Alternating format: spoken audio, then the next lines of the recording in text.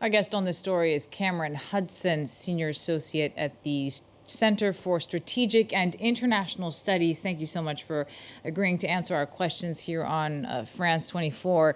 Tell us more about this conflict. What was the spark? What is this conflict about in a nutshell?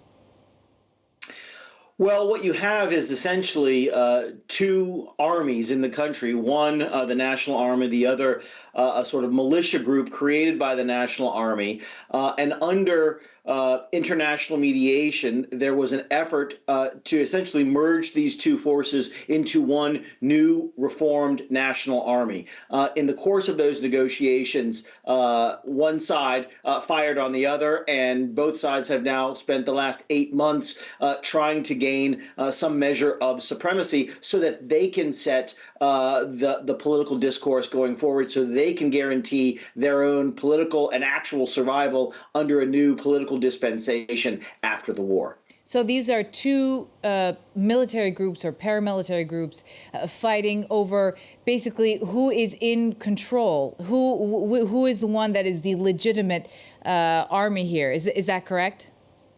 Essentially, I think what they have both promised, however, to the international community and to the people of Sudan is that when they win, when they're victorious, they will turn over power to some kind of civilian democratic coalition, which has not yet been formed. And so they both are claiming that they are liberating the country from the other, and that when they do, they will set the country free and set it onto a democratic path. I think the history of Sudan suggests that that's just not the case, though, and that they are in fact fighting it out for their own personal survival and supremacy, and that they will likely try to hold on to power in some form even when this conflict ends. There's something that I've been intrigued about in the reports that we've been seeing now for months. It's this this relentless kind of going after the Masalit people. Can you tell us who they are and why is it that they're being targeted?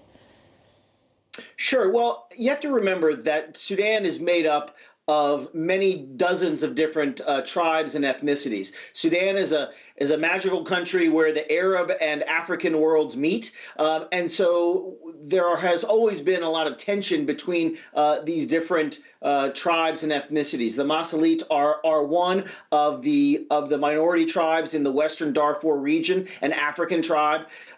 During the genocide in Darfur 20 years ago, they were also singled out for expulsion and for killing by the Arab-dominated Janjaweed militia. That Janjaweed militia has transformed itself into the Rapid Support Forces, one of the belligerents here today, and they are driving out the Masalit, among others, to try to create a kind of more Arabized region of Darfur. Well, what about this other region now, the Al-Jazirah region, which is a state more east? When we look at the map, it's more east than Western Darfur. What does that say about the conflict? Is that also about the Masalit population there?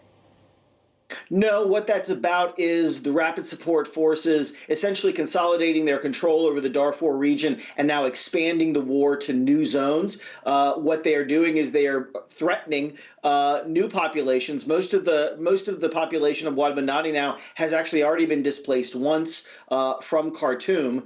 But this is really, I think, one way to think about this is a kind of center-periphery problem that Sudan has always had. The Rapid Support Forces representing the kind of peripheral communities coming to lay siege to the capital, right? So the first area of conflict in this war was over Khartoum, the capital, trying to drive the National Army out of the capital, and now trying to drive it out of the second largest city, the kind of cultural capital of Sudan, in Wad Madani in Jazirah state. So this is really about the RSF trying to project its dominance onto the entirety of the country. So you mentioned earlier the original, as we can call it, the Darfur conflict that happened about 20 years ago. That eventually led to the creation of South Sudan.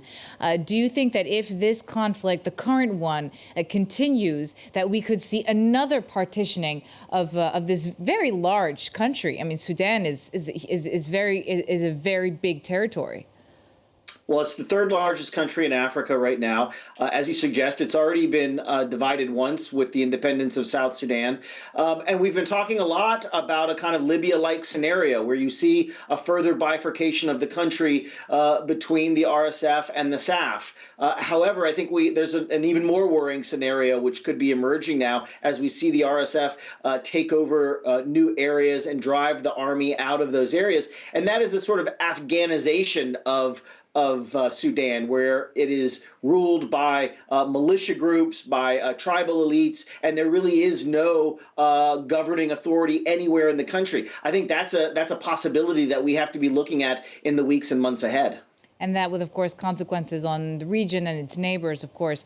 We'll be watching the situation as it unfolds. Thank you so much for joining us and answering our questions, Cameron Hudson, on this conflict that we simply don't know enough about. So thank you so much for answering our questions.